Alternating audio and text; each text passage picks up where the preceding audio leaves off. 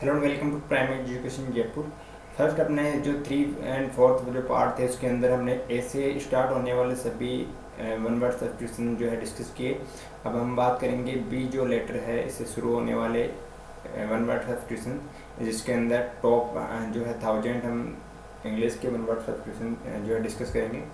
First अपना B से शुरू होने वाला जो वन वर्ड है उसके अंदर फर्स्ट अपना वर्ड है बिगट। बिगट का इंग्लिश मीनिंग होगा a person who holds an opinion and और believe in defiance of reason of arguments. A person who holds, एक व्यक्ति जो होल्ड करता है एन ओपिनियन मतलब राय और बिलीफ विश्वास in defiance of reason of argument, बहस के कारणों की अवज्ञा में विश्वास रखता है या फिर उसकी ओपिनियन रखता है कि जो है कोई सत्य है, कोई बहस हो रही है उसके कारण है, उसके कारणों की क्या कर रहा है वो अवज्ञा कर रहा है, मतलब उसके कारणों को नहीं मान रहा है, आर्गुमेंट हो रहे हैं उनके कारणों को वह नहीं मान रहा है, तो ऐसे व्यक्ति होता है बिगट, धर्मांध, मतलब बिल्कुल अंधा ही हो जाता है। उसको बोलते हैं क्या, धर्मांध।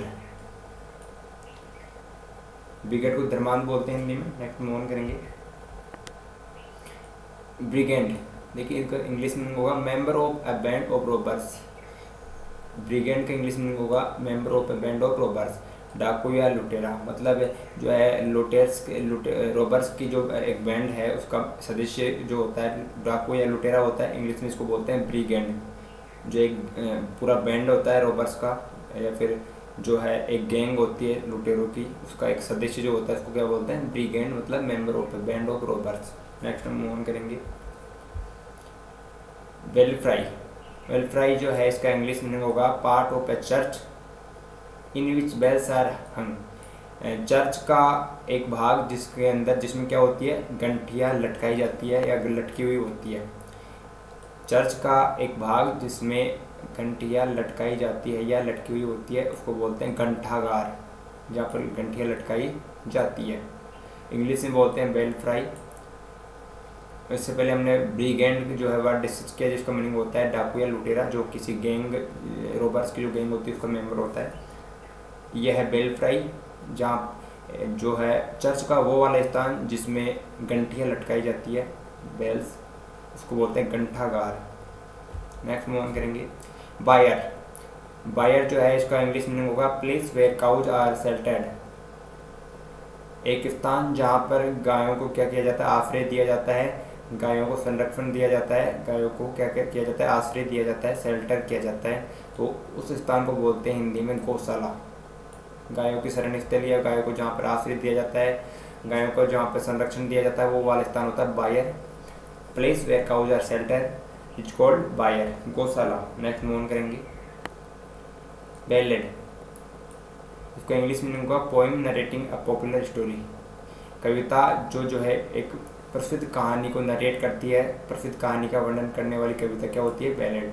इसका हिंदी अर्थ होगा गाथा गीत या प्रेम गीत। पोएम तो होती है लेकिन वो क्या करती है, पॉपुलर स्टोरी को नरेट करती है, तो जो है पॉपुलर एक प्रसिद्ध कहानी का वर्णन करती है, ऐसी कविता क्या होती है, ऐसा गीत क्या होता है, बैलेड, गाथा गीत या प्रेम गीत। नेक्स्ट मूव ऑन करेंगे। नेक्स्ट वर्ड अपने पास है बोहिमियन। बोहिमियन जो है इसको इंग्लिश में कहा जाता है, इंग्लिश में होगा इसका one who does not follow the usual rules of social life, एक व्यक्ति जो सामाजिक जीवन के यूजुअल रूल्स को फॉलो नहीं करता है उसको बोलते हैं बोहिमियन, मतलब व्यक्ति जो है सामाजिक जीवन के जो नियम कानून कायदे हैं, सामान्य जो नियम कानून कायदे हैं जो सब व्यक्ति मानते हैं उनको फॉलो करते हैं, जनरल रूल्स होते हैं सोशल लाइफ के, उनको वह फॉलो नहीं करता, तो उस व्यक्ति को बोलते हैं बोहिमियन। इसको हिंदी में कहा जाता है रूढ़ी मुक्त, बोहिमियन को हिंदी में रूढ़ी मुक्त कहा जाता है। और देखिए ये रूढ़ी मुक्त का मतलब है ये रूढ़ी से मुक्त होते हैं, मतलब सामाजिक जीवन के जो नियम कानून कायदे होते हैं जनरली जो लोग फॉलो करते हैं उनको ये फॉलो नहीं करते, जैसे कंजर जिनको बोलते हैं हम, कंजर जो जनजाति है उनके लिए कोई सामाजिक रूल्स नियम कानून कायदे नहीं होते, वो किसी नियम कानून कायदों को या सोशल लाइफ के रूल्स को फॉलो नहीं करते हैं, तो ये रूढ़ी मुक्त होते हैं और इनके लिए इंग्लिश वर्ड है बोहिमियन। नेक्स्ट वर्ड अपने पास बैंकरप्ट या इंसॉल्वेंट। बैंकरप्ट या इंसॉल्वेंट का इंग्लिश मीनिंग होगा a person who is unable to pay his debt. A person who is unable, मतलब एक व्यक्ति जो अपना उधार या अपना कर्ज चुकाने में जो अयोग्य होता है, असमर्थ होता है, उसको क्या कहा जाता है? हिंदी में कहा जाता है दिवालिया। एक व्यक्ति जो अपना कर्ज नहीं चुका पाता या फिर जो है अपना कर्ज चुका पाने में असमर्थ या अनेबल होता है, उसको बोलते हैं दिवालिया। इंग्लिश 2 वर्ड है इसके अंदर, बैंकरप्ट भी बोलते हैं इसको और इंसॉल्वेंट भी जो है इसको कहा जाता है। नेक्स्ट मूव ऑन करेंगे। और ये जो वर्ड है एसएससी या फिर स्टेट, अपने जो राजस्थान स्टेट एग्जामिनेशन जो है इसमें बहुत ज़्यादा बार रिपीट हो चुका है। नेक्स्ट मूव ऑन करेंगे। ये है अपने पास बिनाइन। बिनाइन जो वर्ड है इसका इंग्लिश मीनिंग होगा, एक वर्ड तो इसका होता है tumour which is not likely spread. देखिए जो ट्यूमर होती है गांठ, जैसे कैंसर ट्यूमर होती है, वैसे ये ट्यूमर सिंगल वर्ड है। ट्यूमर जो गांठ होती है, ये ट्यूमर जो होती है which is not likely spread, जो क्या करते हैं, जिसकी संभावना फैलने की नहीं हो, जो फैलने वाली संभावना नहीं हो, या फिर बहुत ज़्यादा गंभीर जो ट्यूमर नहीं है, या फिर जिसका जो है ट्रीटमेंट हो सकता है, तो वो भी क्या होती है? बिनाइन। प्लीजेंट और बेनिफिशियल इन नेचर और इन्फ्लुएंस। देखिए अगर किसी व्यक्ति के बारे में देखा जाए तो प्लीजेंट या फिर सौम्य जो व्यक्ति होता है, और स्वभाव के अंदर जो व्यक्ति होता है जो सीधा स्वभाव का होता है, उदार या जेंटल जिसको बोल सकते हैं, उसके लिए भी बिनाइन काम में लिया जाता है। हार्मलेस जो गंभीर नुकसानदायक नहीं है, और इनोसेंट मतलब निर्दोष व्यक्ति, भोला व्यक्ति, उदार व्यक्ति है।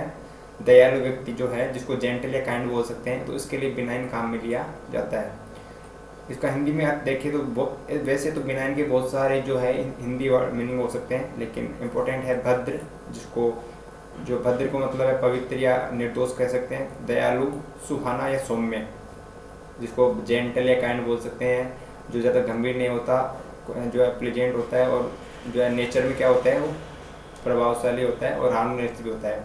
और ट्यूमर के लिए यूज करते हैं कि जो ज़्यादा गंभीर ट्यूमर नहीं है, which is not likely spread, benign जिसको बोला जाता है। नेक्स्ट मूव ऑन करेंगे।